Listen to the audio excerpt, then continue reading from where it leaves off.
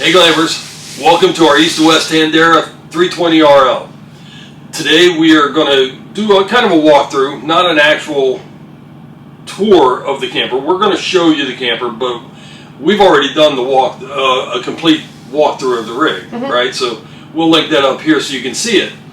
But we're going to give you the 5 things when we were shopping that were musts for us when we got a new rig, and then kind of explain why this rig fit those 5 things and why we ended up picking this rig over all the ones we looked at. Yep.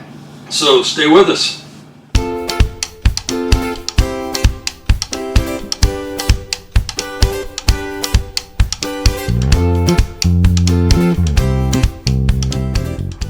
Alright, welcome back. So one thing Mike did not mention is that we are sitting at a harvest host.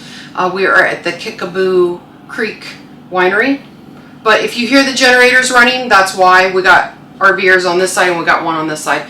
So one of the reasons why we did pick this rig was we wanted the kitchen on the non-living side of the camper, which as you see, that's one of the must-haves that we were looking at, and it went with this particular design. But the reason why we wanted the kitchen on this side is we wanted all the windows on this side so we can see our campsite. So say we have like our fire pit out here, we're smoking out here, we can see everything that we need to see from the inside of the camper. So before we go into the next reason why we picked this rig, one of the things we want to share with you is the storage capabilities on this kitchen area. So we love the storage. This is 2 weeks worth of food and stuff, so it's not quite organized really well, but we do carry the coffee pot right here. It does have an outlet, so this side of the closet, well, this side of the pantry could be a closet if you wanted it. So these shelves will come out. Mike always makes fun of me because I always say it's never in the right place until I move it 3 times, so I haven't moved anything yet. Alright, so reason number 2 that we went with this rig is we wanted a walk-around bed. This rig originally came with a king. We actually downsized it to a queen. 1, it was to fit the original mattress. 2, it created more space through here to walk through. And hopefully maybe we'll show it down the road, but I'm going to kind of like make a makeshift desk for me so I can actually work right here. We didn't add this to the list on the must, but it wasn't a deal breaker. One of the things we wanted to go with was a pocket door. We don't want to do that, come out of the bedroom, close the door to open a door, go halfway down the steps while you're half asleep. So this was one of the reasons why we went with this rig. Also on top of this, every window and door framed out with wood inside of the frame. So that makes these walls really sturdy, so when you're like slamming a door, shutting a door, you're not seeing that shake in the door. So these are very solid. Okay, some of the nicest features that we ended up with that were a little bit of a bonus. We really wanted a porcelain toilet. We did get one there. And then also the shower is a 1-piece, so there will be no leaking possibilities. It does have a bench you can sit on. It's a really nice sized shower. If you go back and watch our tour, you can see actually how Mike fits into this really well. It was kind of like a bonus when we ended up with a rig, is that Tandara did all their vents not in the floor, so you're not walking on them, but they're actually in the walls. In our last rig, we had one vent on the floor right in front of the toilet. Why would you do that? I hated that. It was the hardest thing to clean. A nightmare for a guy. Yeah. All right, welcome to outside. That's where camping belongs, right?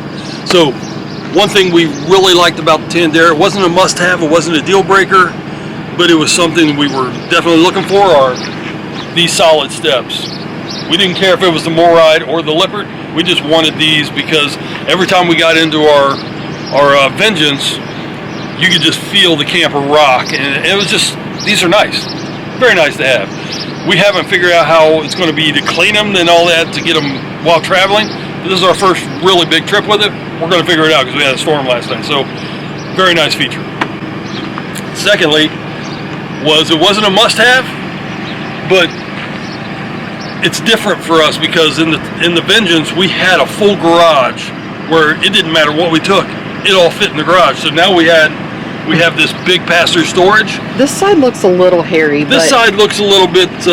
But I promise. But I do have containers over there on the other side because that's where I get most of the things out. This is like stuff that comes out immediately if we're actually camping. The rug, everything for the campsite, and then everything else is on the other side. So, but having this storage is different, but it's very nice to have this big of a storage for our camper. So one of my must-haves for a new camper, if we were going to get something, was having auto leveling.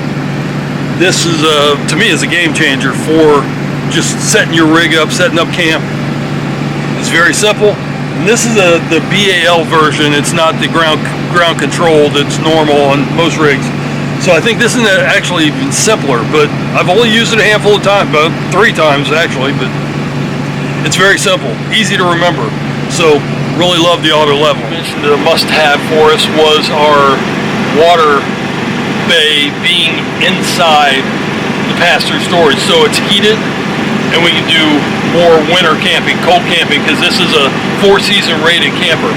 So the bonus was it's the Nautilus system that you find on Grand Design mostly, but very easy to use. You got the pictures here to just whatever type of camping you're doing, you set the switches to it. Very easy to use. So really like the Nautilus system. Now this we did come with 2 grays and a black. The black is 45 gallon and 2 45-gallon grays. So we got 90 gallons of gray water storage, which is great. One for the shower, bathroom, one for the kitchen. So that's different for us, but wasn't a must-have, but it's a very good like. So our freshwater tank holds 63 gallons. We didn't fill up full for this trip. We're very close to full. This is like 15 minutes we filled it and we still weren't full. So I think it's going to be like a 20 or 25 minute fill, but 63 gallons of fresh water, which is up from 50 on our last one. So very nice. And then you can see here I've got the other side of the pass-through. I do have containers, trying to keep it organized as much as possible. And something we didn't realize, it was an added bonus, didn't even know it came with it because they didn't really go over everything at the dealership, is motion lights in the pass-through storage, motion lights in our closet in the bedroom. There's motion light in the hallway. So there's a lot of motion lights on this, which is actually nice to have. If your hands are full, you just move and they come on. So another added feature, let's walk this way. Right here, there's a safety light. See that little light right there? It's not on. There's a light, there's a button on our switch called safety lights. This light, and there's a light for the steps, behind the steps. So at night, you don't hit your head on this if you're coming around to deal with water or anything like that. And secondly, you can see the steps so you can come in at night if it's dark out. So really nice feature, added bonus. And then finally, our final must-have was having a rig that was 36 feet or under. We wanted something around 35, to be honest, but we made that extra foot because it's hard to find that 35-foot range in a fifth wheel. So 36 foot was our cutoff, nothing bigger than 36 foot, but we wanted to stay under that. So this rig comes in at 35 feet 4 inches. So with this being a fifth wheel, about 3.5, 4 feet of that is in the back of the truck. So we literally are shorter now in travel mode than we were with our 35-foot travel trailer toy hauler. So that's a nice feeling to have, getting into smaller spaces, getting into campgrounds, so state parks, stuff like that. So we're taking this in a national park. Yeah, we are actually heading up to Theodore Roosevelt National Park, North Dakota, and we're camping in the national park with this. So that was part of our must-haves. So we purchased e-bikes last year, and we had a toy hauler with our previous rig. We did have a place to put them, so one of the tricky things is where do we want to put them? We want to keep them out of the weather. We want to keep them as nice as possible. So this is the solution that Mike came up with. 40-gallon containers that we found at Lowe's. They fold up, they come in and out. A little tricky getting them in and out, but they're working so far, and we're able to kind of keep them secure and dry. So when we did the tour of the Tandara originally, we were not plugged into power. So we didn't get to see the lighting situation. We didn't get to see, it was cold that day, it was cloudy that day. We didn't get to see it in kind of like its full glory, but they did LED lighting. Light is everywhere. This is a very brightly colored interior. Everything is light, bright, and airy. It's very roomy. But this was one of the things that kind of was like that added bonus of, this is just, it's such a beautiful color, but it's just a beautiful interior design. I like it. A little bit. And I'm colorblind. I like it. So me and Mike ordered this this rig back in March. Some of the things we knew we didn't want to order it and then change later. We figured we better just order them right from the get-go and have it completed. So the first one that we did was the solar prep. There is no solar panels, but it is ready to go up top. You can just plug and play, and then we just have to get the computer face for this one. Then the next feature is the generator prep. Basically just paid a little bit extra money to have it generator ready. So we don't have the generator, we just have it prepped to put a generator in. We didn't want to finance the generator, so we'll just probably try to track something down later, maybe get a better deal than what we would have done at the factory or with the dealer. But it was easier to do the gen prep, to have all the wiring run and everything ready to go at the factory, and it was cheaper. Yes. So that's why we did the gen prep. Yep. So that's number 2. We did 4 upgrades on this. The next one we did was in the bedroom. We did the extra AC. So this is ducted with the other one, so you can put it on dump mode if you wanted, or you can shut it off like this, and then it runs through the ductwork. We'll be upgrading it down the road. We're going to do the RV airflow if they make one for this model. We haven't looked into it yet, but we want to get that added. Also down the road, we're going to do 2 soft starts on the AC, so it'll be easier on the generator down the road. Alright, so I lied. We did 5 upgrades. I didn't realize. I thought it was 4. The other thing we did was this was the most expensive upgrade that we did. We did not want the residential refrigerator, so because we had planned to do this boondocking thing a whole lot more this year than we really had never done it. So this is kind of like our first year of doing more boondocking. But this refrigerator will go off of electric or propane.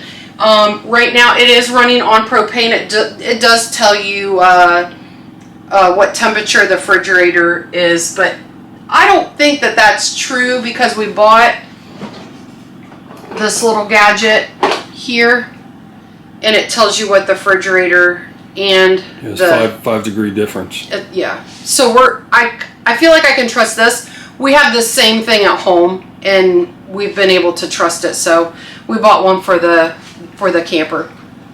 So if this is something that you're interested in, we'll put our Amazon link down below. You could grab this. I think it's less than 20 bucks. Your sensors are, like I have one hanging here and then I have one hanging in the refrigerator. Alright guys, and the final option we added to this was the awning on our slide out. Now we would have been fine with this 14-foot awning here and not worry about it, but we already, this came in handy. When we were at the Mohican meetup, I was able to have that out. It rained a little bit, but I was still able to have my smoker stay dry, still cook under it. So it really opens up more space. I think that's a 10-foot awning right here with a 14. So it gives you 24 foot of awning coverage when you're camping. Love it. Alright guys, so there you have it. This is the East West Tandara 320 RL. We are just so excited to have it. But we just went over all the reasons that we bought this camper for. So we had those must-haves, we covered those, and some of the bonus things that we got that we were not expecting. If you really want to know price point, just get a hold of us and we'll talk about the numbers. We don't want to go over that right now. But at the end of the season, or maybe later on this year, we'll probably do another video of the things we just don't like about this rig. And things if we could have changed, we would. So we hope you enjoyed this video. Thanks for coming along. Share our video, like our video, subscribe to us. Happy glamping.